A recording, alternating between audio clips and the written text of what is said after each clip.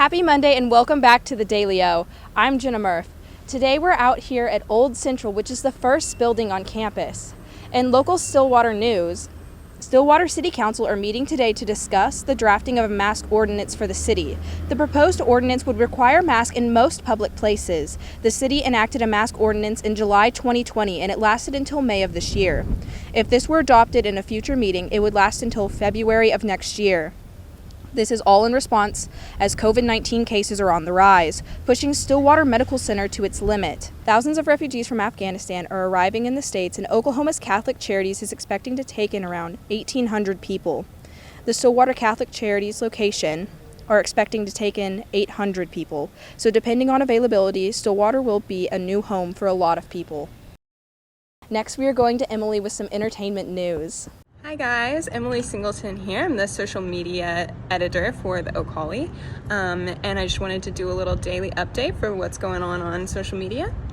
And of course, we're always doing some cool stuff at O'Colly TV, but right now we've started the filming of the first episode of The Gray Area, which is a sports talk show hosted by Grace and Singleton, and you're definitely not going to want to miss that. And then back at it again, we have Mingle with Ingle, which is Adam Ingle's talk show, and you are definitely not going to want to miss that one.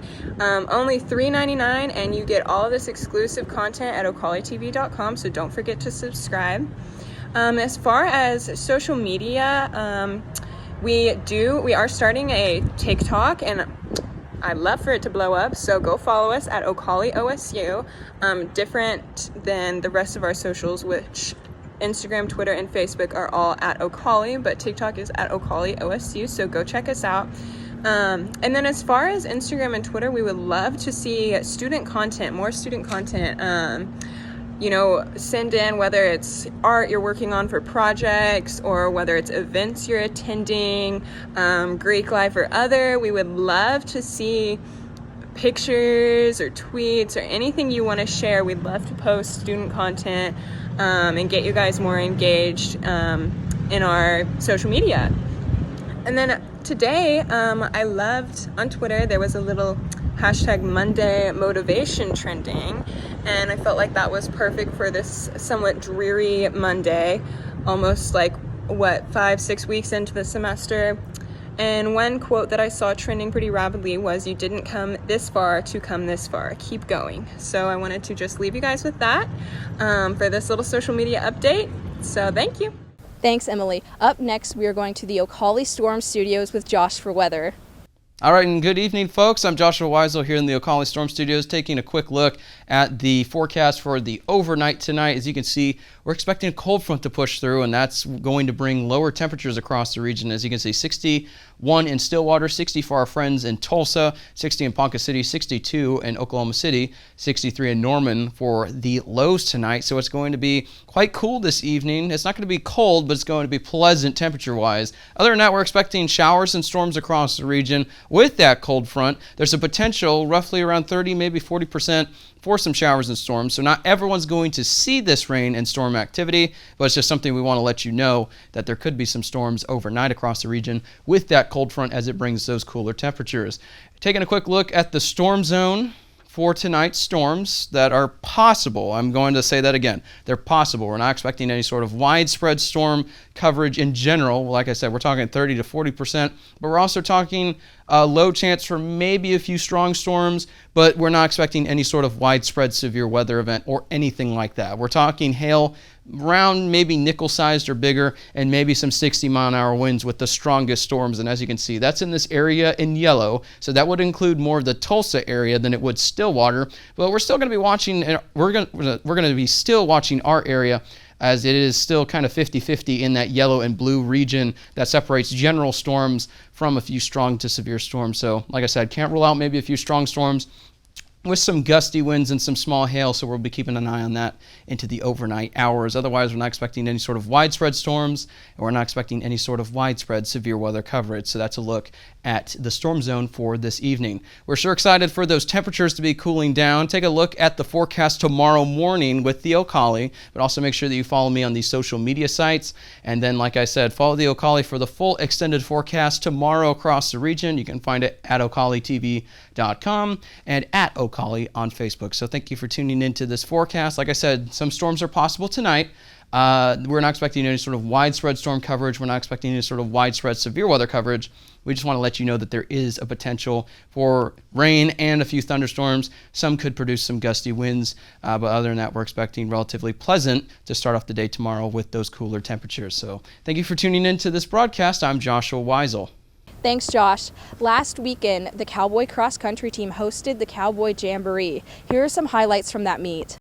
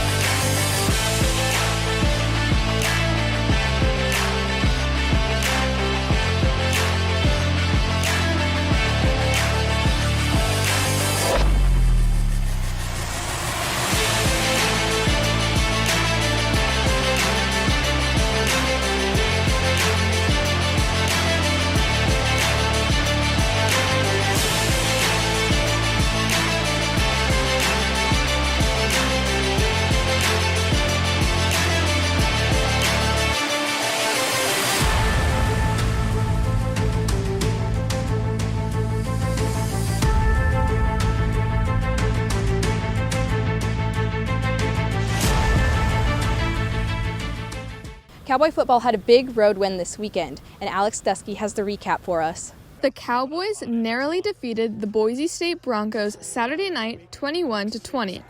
This was the Cowboys' first time on the blue turf, and the Broncos put up quite a fight.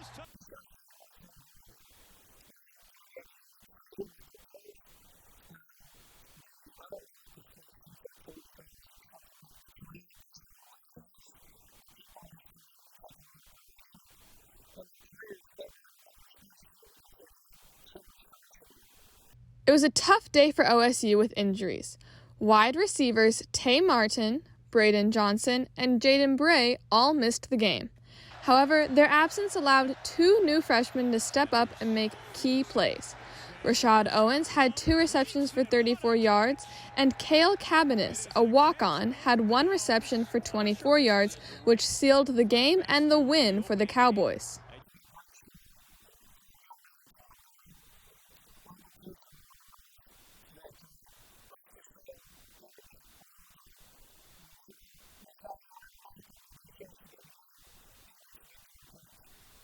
For the 3rd week in a row, the Cowboy defense was the star of the game. Senior leaders Malcolm Rodriguez and Devin Harper led the team in tackles, and Brock Martin led in sacks. Colby Harvell-Peel got the team's first interception of the season late in the 4th quarter. If it wasn't for the defense's ability to contain the Broncos, the Cowboys would not have been able to get the win in Boise.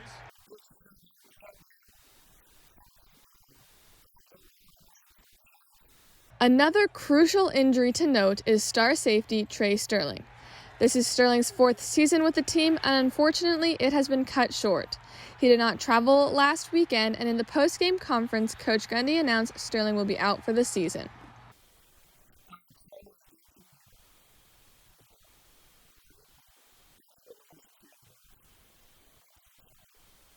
Starting quarterback Spencer Sanders had a tough time getting things going in the air. He was 6 of 13 for 82 yards with no touchdowns or interceptions. However, he was the team's 2nd leading rusher behind Jalen Warren, who ran for 218 yards. It wasn't necessarily Sanders' fault for the lack of passing yards, but more of a team issue.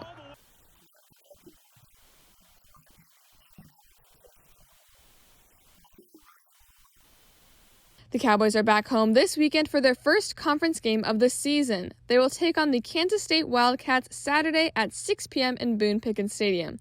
Make sure to tune in to the Daily O on Friday for a more in-depth preview of that game. Thanks, Alex, and thanks for watching. Make sure to read the Ocalee at theocalee.com and subscribe to Ocalee TV at ocaletv.com.